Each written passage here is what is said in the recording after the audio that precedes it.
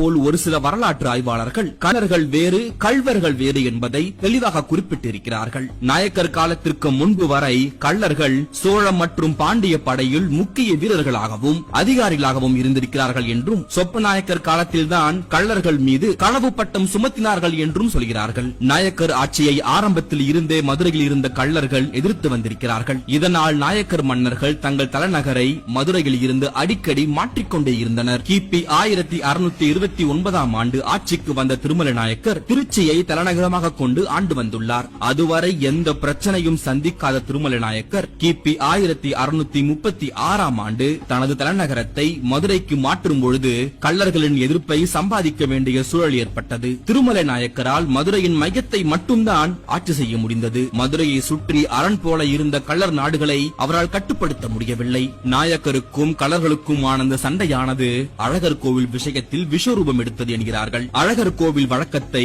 திருமலை நாயக்கர் மாற்றினார். அதாவது மீனாட்சி கல்யாணத்திற்காக அழகர் வருகிறார் என்பது நாயக்கர் காலத்தில் உருவாக்கப்பட்ட ஒரு கதை. மீனாட்சி திருமணம் என்பது தனி கதை, அழகர் ஆற்றில் இறங்குவது என்பது தனி கதை. கள்ளர் நாட்டு எல்லையில் உள்ள தேனூரில் தான் அழகர் வைகை ஆற்றில் இறங்குவார். ஆனால் அதனை மாற்றி அழகரை மதுரையின் மையத்தினுள் கொண்டு வரும்போதுதான் இந்த பிரச்சனை பெரிதானது. கள்ளர்கள் மீதான அச்ச உணர்வு திருமலை நாயக்கருக்கு அதிகமாக இருந்தது. கள்ளர்கள் அடிக்கடி மதுரை வீதிகளில் கலகத்தில் ஈடுபட்டார்கள். இந்த காரணத்திற்காகவும் கூட அழகர் கோவிலில் இருந்து அழகர் புறப்பட்டு மதுரைக்கு செல்லும் பொழுது அவ்வப்பொழுது கள்ளர்கள் பிரச்சனையையும் சண்டையும் செய்திருக்கிறார்கள். கள்ளர்களை திருப்தி செய்ய வேண்டிய கட்டாயம் நாயக்கர்களுக்கு இருந்தது. அதனால் அவர்களுக்கு பலவித நன்மைகளையும் சலுகைகளையும் வழங்க தொடங்கினார். இருந்தும் அழகர் விஷயத்தில் மட்டும் அவர்கள் விட்டுக் கொடுக்கவில்லை. அதை ஒரு உரிமை போராகவே பார்த்தார்கள். பிறகு கள்ளர் மக்களோடு ஒரு சமரச ஒப்பந்தம் செய்யப்பட்டது.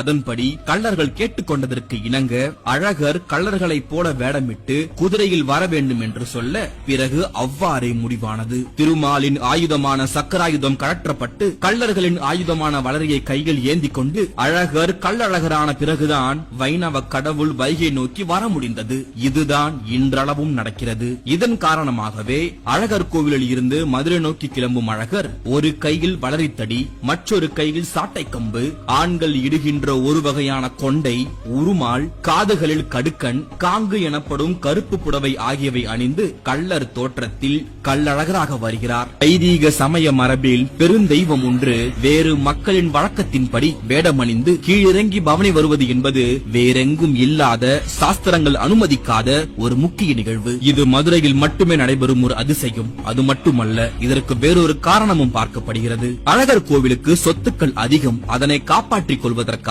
பார்ப்பனியம் தனது கொள்கையில் சமரசமும் செய்து கொள்ளும் என்பதுதான் இங்கு தெரிகிறது.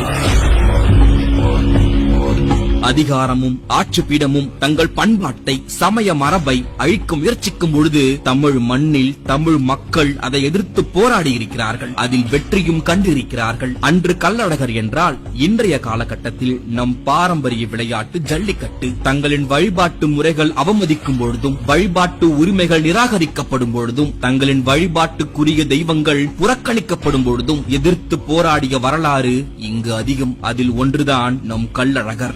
சாமானிய தமிழர்களிடம் சனாதன இந்துக்கள் சரணடைந்த அடையாளமே கள்ளழகர். அதனால்தான் இன்று வரை மதுரையே சேர்ந்து கொண்டாடுகிறது கள்ளழகரின் விழா.